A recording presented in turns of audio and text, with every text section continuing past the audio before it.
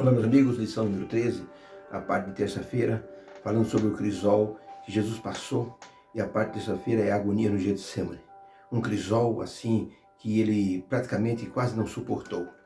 Pediu ajuda a Deus, pediu ajuda aos seus amigos, e finalmente ele disse, faça-se a tua vontade. Por isso que Ellen White escreveu o que está no livro Desejar das Nações, na página 685, ela escreveu o seguinte: Jesus estivera conversando animadamente com os discípulos, instruindo-os sobre a vida, mas ao aproximar-se do Getsemane, tornou-se estranhamente mudo. Muitas vezes lá estivera para orar, meditar, mas agora ele estava de uma forma diferente. Agora o coração dele estava cheio de tristeza, como assim em nenhum momento ele passou. E agora nessa noite de agonia, ele ficou mudo diante do que ia passar. Deserto das Nações, página 685. Não era fácil para Jesus enfrentar o que ele teria que enfrentar. Ele já sabia o que teria que enfrentar. O que você faria se soubesse que o dia seguinte seria o seu pior dia, o pior dia de sua vida? Jesus sabia, ele tinha conhecimento. Mesmo assim, ele enfrentou, porque ele sabia que era um crisol a ser enfrentado. Diante de tudo que ia passar, ele precisava de forças do Pai e do apoio dos seus melhores amigos. Por isso, se retirou para o jardim do Getsemane, para clamar a Deus por força para enfrentar tudo que ele teria pela frente. Nesse contexto, disse a Pedro, Tiago e João, vamos comigo, pois vocês vão orar comigo. Ele andava e estava muito angustiado. E suas palavras foram, a minha alma está profundamente triste até a morte. Fiquem aqui e vigiem. Marcos 14, verso 34. É importante que nós, quando estivermos passando pelo crisol, façamos como Jesus. Peçamos a ajuda dos nossos melhores amigos, aqueles que podem nos ajudar em oração. Jesus pediu que seus amigos fossem com ele para dar um apoio. E eles foram com esse intuito. Jesus sentiu-se assim acolhido pela presença dos amigos. Sabia o que iria passar. E a pergunta número 5 é a seguinte: como foi o sofrimento de Jesus no jardim do Getsemane? Temos aqui três textos bíblicos. Primeiro texto, Mateus 26, 39. Diz assim: e indo ele um pouco mais para diante, prostrou-se sobre o seu rosto, orando e dizendo: meu Pai, se é possível, passa de mim esse cálice. Todavia, não seja como eu quero, mas como tu queres. Segundo texto, Marcos 14, 33 a 36. E tomou consigo a Pedro, Tiago e João, e começou a ter pavor e a angustiar-se. E disse-lhes, a minha alma está profundamente triste até a morte. Ficai aqui comigo e vigiai. E tendo ido um pouco adiante, prostrou-se em terra e orou para que, se possível fosse, Deus passasse dele aquela hora. E ele disse: Abba, Pai, todas as coisas te são possíveis. Afasta de mim esse cálice. Todavia não seja como eu quero, mas como tu queres. Lucas 22, 41. E apartou-se deles cerca de um tiro de pedra, e pondo-se de joelhos, orava, dizendo: Pai, se queres, passa de mim esse cálice. Todavia não se faça a minha vontade, mas a tua. E apareceu-lhe um anjo do céu, que o fortalecia, e em agonia orava mais intensamente, e o seu suor tornou-se em grandes gotas de sangue que escorriam até o chão. Para a pergunta, como foi o sofrimento de Jesus no jardim de Getsemane? Resposta: Jesus passou por uma agonia intensa, indescritível, por causa dos pecados do mundo.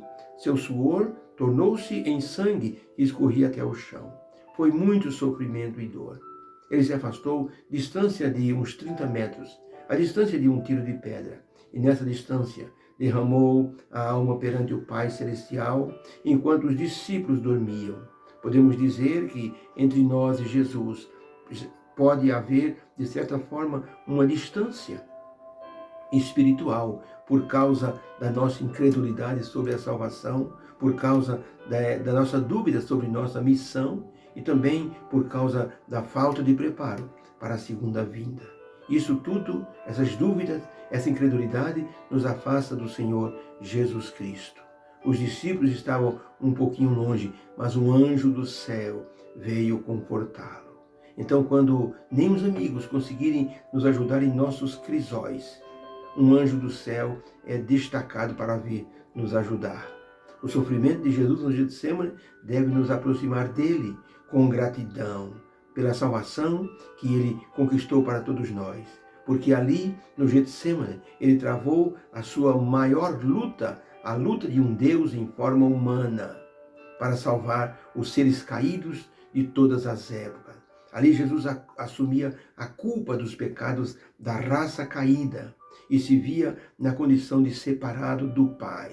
Jesus estava preocupado, porque ele pensava, e se os pecados não me deixarem ressuscitar? E se o pecado, ou se os pecados me selar no túmulo para sempre? E se eu não conseguir sair do túmulo, como a humanidade será salva? Todas essas inquietações estavam no espírito do Senhor Jesus Cristo, e ele sofria muito. Por isso suas gotas de suor se transformaram em gotas de sangue. Ellen White, no livro Mensagem, Testemunho Seleto, volume 1, página 486, ela escreveu o seguinte: Jesus poderia ter ficado à destra do Pai, mas preferiu trocar as riquezas, a honra e a glória do céu pela pobreza da humanidade e sua posição de alto comando pelos horrores do Getsemane e a humilhação e a agonia do Calvário. Jesus não precisava passar por isso. Ele era um Deus, mas ele disse: meu Pai, se eu não for, a humanidade não vai ser salva. Tanto que Ellen White, no livro História da Redenção, diz que quando Jesus terminou de conversar com o Pai sobre vir para a terra, os anjos se prostraram diante dele. E os anjos pediram para Jesus que um deles fosse destacado para vir morrer pelo ser humano. Jesus disse: o sangue de um anjo não consegue remir do pecado a raça caída. Tem que ser o sangue de um Deus. E por isso que ele se transformou em ser humano, nasceu no ventre de Maria, para se tornar ser humano e mostrar que é possível um ser humano, mesmo no meio do crisol, se apegando em Deus, ele consegue vencer o pecado e vencer as provações. Dois lutadores da Reforma, Latimer e Ridley. Latimer e Ridley foram dois heróis da Reforma. Eles foram presos e condenados a morrer na fogueira. Foram amarrados em duas estacas e quando eles estavam ali presos na estaca, e o fogo foi aceso, começou a queimar as pernas desses dois heróis. Um deles, Latimer, gritou para Ridley as seguintes palavras: meu irmão, Jesus sofreu muito mais do que estamos sofrendo. Aguente firme, porque a vitória é certa. Um dia Jesus nos ressuscitará. Nós estamos acendendo uma fogueira na Inglaterra que jamais se apagará. Força, firmeza, meu irmão.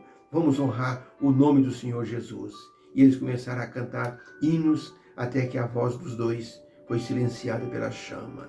Morreram de forma nobre, como sendo mártires da Reforma ou mártires pelo nome do Senhor Jesus Cristo. Eles sofreram por amor ao Evangelho. O que podemos aprender com Jesus no Getsemane? Que lição podemos aprender de Jesus no Getsemane, passando por um crisol? Podemos aprender que um tempo no Getsemane transformou Jesus e ele estava novamente no controle da história. Jesus chegou abatido ao Getsemane, mas quando ele se levantou do Getsemane, ele era um Jesus fortalecido para tudo que ele iria passar. Era um Jesus transformado e no controle da história. Depois de entregar o controle de sua vida nas mãos do Pai, ele estava pronto para sofrer qualquer coisa. Como nós precisamos dar o controle da nossa vida nas mãos do nosso Pai Celestial. Como precisamos deixar que Ele comande a nossa vida. Depois que passarmos pelo Getsemane da nossa vida, que são os nossos crisóis, nossas provações, depois que passarmos pelo Getsemane da nossa vida, nós estaremos prontos para enfrentar qualquer situação. Passaremos pelo nosso crisol e, fortalecidos por Deus, sairemos vitoriosos do outro lado. Como Jesus, assim o foi. Que Deus nos abençoe.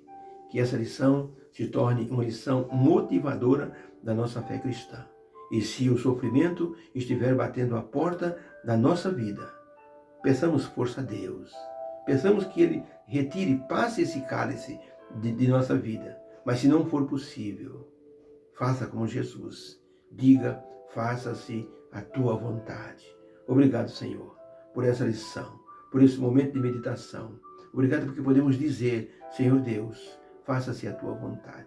Que o Senhor guie cada um dos meus irmãos que estudam essa lição. Eu peço em nome de Jesus. Amém.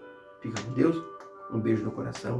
Tenha uma feliz terça-feira. Que o Senhor te abençoe. Fica com Deus.